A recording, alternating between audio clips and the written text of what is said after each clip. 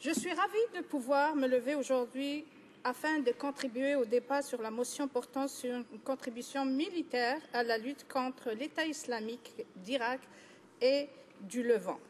Après 2 semaines de non-réponse, le gouvernement conservateur a enfin décidé de dévoiler son plan.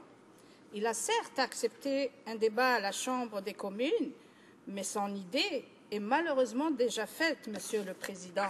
Le gouvernement veut et a décidé d'engager le Canada en guerre contre le groupe terroriste appelé État islamique de l'Irak et du Levant. Nous le savons, Monsieur le Président, l'État islamique est responsable de violences atroces infligées aux populations irakiennes et syriennes. Il représente une véritable menace humanitaire et sécuritaire aux civils. Les horreurs dont ceux-ci sont témoins et victimes les condamnent chaque jour à une vie contrôlée par la peur et les menaces.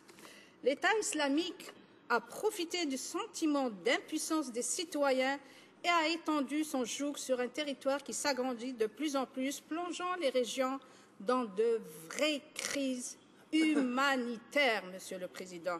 Naturellement, je crois que nous devrions apporter notre aide aux populations locales. Toutefois, le gouvernement conservateur a l'intention de s'engager dans la mission militaire de la coalition contre l'EIIL en Irak, impliquant des frappes aériennes.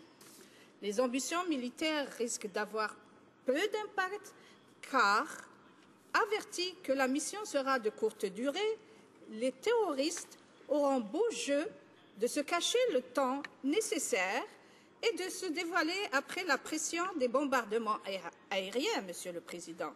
Des sources sur terrain ont déjà indiqué que les djihadistes ont déserté les bases officielles et se sont temporairement fondus dans la population civile. Les frappes aériennes n'auront alors pas l'effet escompté. Monsieur le Président, en tant que médecin, j'ai travaillé pour le Croissant Rouge lors de la première guerre du Golfe Persique. J'ai été témoin de dérapage d'une guerre menée par le père du président George W. Bush, guerre qui avait pour but d'être une opération chirurgicale. Elle consistait en une opération essentiellement constituée de frappes ciblant le gouvernement de Saddam. J'étais sur le terrain et je peux vous dire que cette mission a échoué. La réalité fait tout autre. Ces frappes ont touché des personnes âgées, des enfants et des femmes. C'est ce qu'on appelle dans le jargon militaire des dommages collatéraux. Les pertes ont été essentiellement civiles. Une image qui me reste toujours en mémoire, Monsieur le Président, celle d'une garderie qui fut bombardée par les Alliés.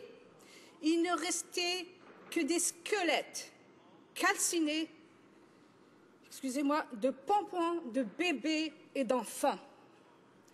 Le gouvernement aime dire depuis le début qu'il faut être de bons citoyens en soutenant cette motion.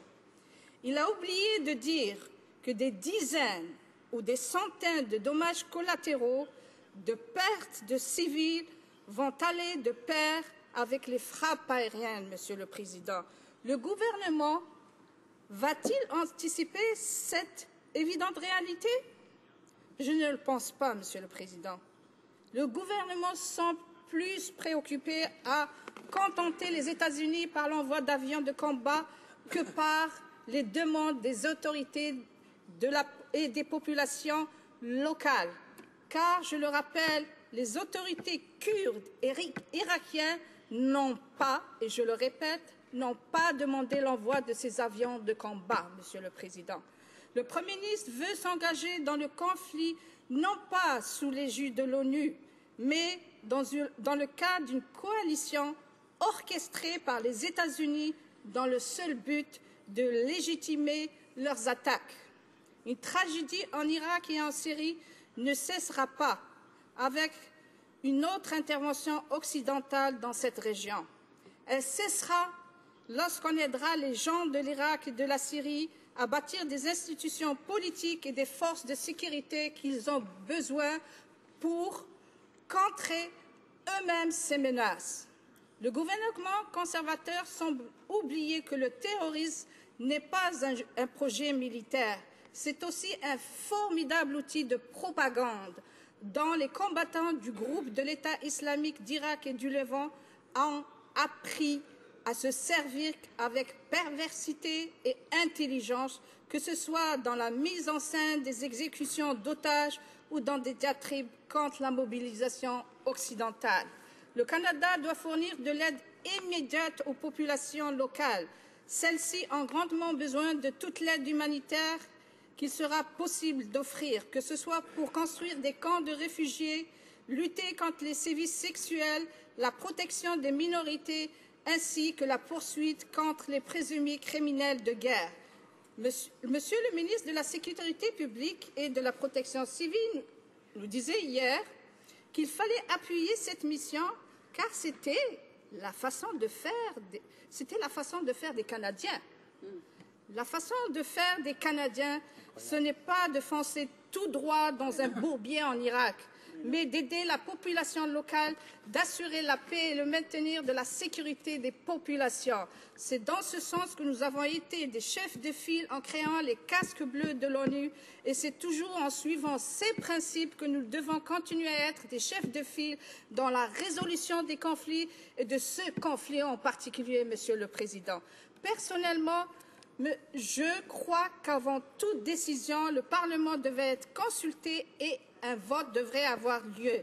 Il devrait également fournir les renseignements nécessaires et répondre aux questions au sujet de la participation de nos forces armées canadiennes dans le conflit. Pourtant, le gouvernement a d'ores et déjà envoyé des forces sans consultation ni de vote préalable, Monsieur le Président. Ce soir, nous devons voter sur un déploiement de 6 mois avec 600 militaires. Un débat encore écourté par le gouvernement conservateur qui nous garde dans le noir et nous bâillonne toujours. Et cela pour éviter d'avoir le débat l'obligeant à dévoiler tous les paramètres de cette mission dans le paramètre financier. Le gouvernement coupe dans les services publics, mais arrive à trouver de l'argent pour financer une guerre. Combien va coûter cette guerre aux Canadiens? Si le gouvernement était si préoccupé par nos citoyens, il investit cet argent dans les secteurs où la population a le plus besoin. Il investirait dans la santé, où les compressions étaient nombreuses cette année encore. Il investirait dans les programmes des vétérans et des forces canadiennes, où il a fermé 9 bureaux. Enfin, il investirait dans la création d'emplois, Monsieur le Président. Pour toutes ces raisons, je m'oppose à la motion du gouvernement et j'invite mes collègues à voter en faveur de l'amendement de notre chef, M. Thomas Mulcair. Merci, Monsieur le Président.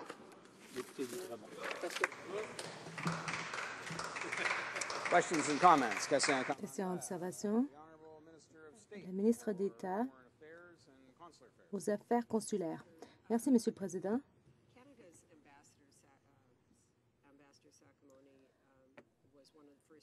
L'ambassadeur du Canada a été l'un des premiers à constater le désastre humain et les atrocités qui sont commises. L'ambassadeur a raconté les horreurs qui prévalent dans cette région et surtout ce que les Yazidis, la minorité chrétienne, doit subir. Il est donc important d'avoir une aide humanitaire d'urgence, mais il n'y a pas de place à la négociation avec des groupes contre l'État islamique. Donc, il incombe à la communauté internationale d'intervenir.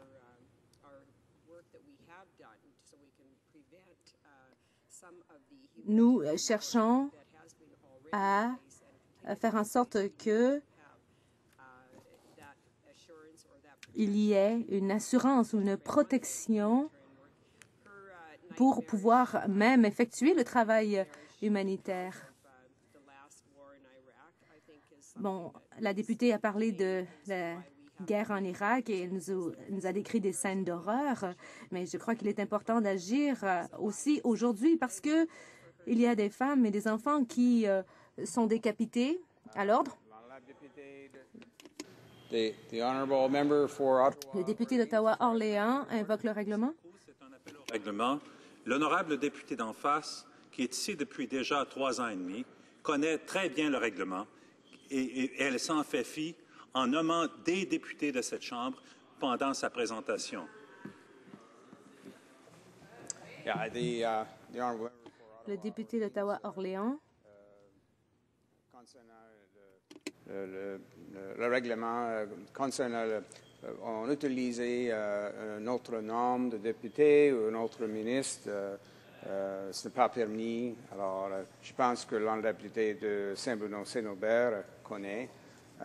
C'est une erreur. Alors, pour les questions et commentaires, réponses, l'honorable député de Saint-Bruno-Saint-Aubert. Merci, Monsieur le Président. J'aimerais informer mon collègue effectivement que je devais dire le député d'Autremont le nom de notre chef, mais excusez-moi, c'est la passion du sujet qui m'a fait faire cette erreur. Si j'ai bien compris, ma collègue, je n'ai pas compris. Je ne sais pas s'il y avait une question ou c'était un commentaire. Je l'avais dit dans mon discours que ce groupe radicaliste islamiste faisait des atrocités. Et j'ai parlé, je condamne tout ce qu'ils font. Et au NPD, on ne veut pas attaquer la violence par la violence. Il y a d'autres façons de faire. J'ai dit, si ma collègue se préoccupe des minorités, des femmes, des enfants, des personnes âgées, c'est ça que j'ai dit. C'est ce qu'on appelle dans le jargon militaire les pertes collatérales. Malheureusement, ce sont des civils. Et puis on dit que les frappes aériennes, ce n'est pas la bonne manière de résoudre ce conflit, Monsieur le Président. Questions and comments. Questions et observations. Député de Vaudreuil-Soulanges. Et je veux partager avec ma collègue que j'ai vécu en Turquie pendant la campagne de terrorisme le groupe de Kurdes qui s'appelle le PKK. Et je pense que plusieurs députés dans la Chambre n'ont pas vécu le vrai terrorisme ici au Canada. Ils n'ont pas vu des bombes dans les centres d'achat, les choses que j'ai témoignées. Selon vous, Monsieur le Président, est-ce que on a vraiment pensé profondément notre appui aux rebelles dans cette région en appuyant des motions pour faire la guerre en Irak? La députée de Saint-Bruno-Saint-Aubert. Je remercie mon collègue pour sa question pertinente. Je partage comme lui, on a eu... pour moi, c'est un privilège, pour lui, peut-être c'est un malheur de vivre sur terrain ce que c'est qu'une guerre. Par contre, je l'ai dit et je le redis encore, ce n'est pas avec des frappes aériennes qu'on va résoudre le problème.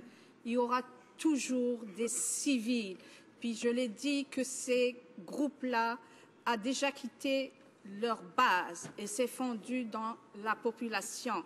Donc, nous disons non aux atrocités, non aux, comment dirais-je, les attaques pour les minorités, pour les femmes et tout ça. Nous voulons qu'il y ait autre moyen d'aider ces gens-là.